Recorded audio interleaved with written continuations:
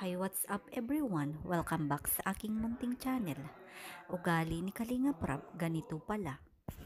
Maraming nagtatanong sa atin kung paano nga ba tayo nakikipag-communicate kay Kalinga Prab. Minabuting kontakin ng mga taga-Reyna's Best Team Ever sa Pilipinas si Kalinga Prab kasi nga ay medyo busy si Kalinga Vincent sa ngayon. At ito ang mga kasagutan ni Kalinga Prab, mga kareyna. Bago ko umpisahan ang usaping ito, syempre gusto ko munang magpasalamat sa lahat ng supporters at nagmamahal kay Reyna. Alam ko na lahat tayo ay excited sa mga ganap na birthday o kaarawan ni Reyna. Nakakatuwang balita na natawagan nga ng grupo ng Reyna's Best Team Ever si Kalinga Prab. Kaya naman organize na mga kareyna ang pagdadala ng mga gowns doon ng ating baby Reyna. Nakakatuwa talaga na isipin na lahat ay excited at ayon pa nga kay Kalinga Prab ay hindi na sila kailangang kumuha pa ng kanilang matutulugan dahil meron naman daw silang matutulugan doon. Siguro nga ay mag-stay sila sa lighthouse ni Kalinga Prab o kaya kay Kalingap Vincent o isa sa mga K-boys na po, kaya ngayon pa lang ay nagpapasalamat ang Reyna's Best Team Ever sa kanilang pagtanggap sa kanila doon para maka-attend at share natin ang ating konting regalo na pondo ng pabahay para kay Reyna, lalong lalo na ang gown na gagamitin nila Mama Roda, Mama Melanie at kanyang mga anak at syempre ang ating pinakamamahal na dalaga.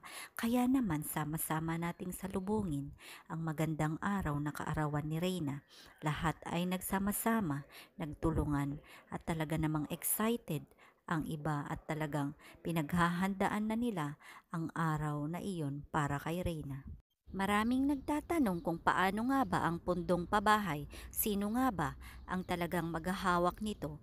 Huwag po kayong mag-alala mga kareyna dahil sa araw mismo ng birthday ni Reyna ay ire-reveal po natin ang kabuoang pondo at ihahan over po natin lahat ito kay Kalinga Prab upang sa ganon ay siya po ang bahala sa ongoing pabahay or magagawang pabahay para kay Reyna.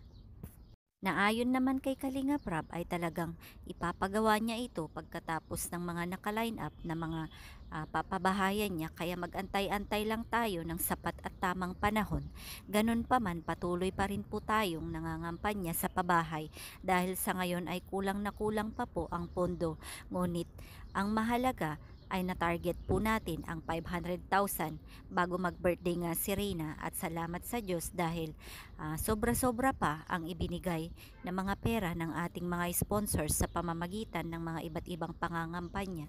Kaya naman maraming salamat sa lahat ng mga sumusuporta at talagang nangangampanya para sa pabahay. Salamat sa suporta ninyo kay Rowenim mga kareyna. God bless us.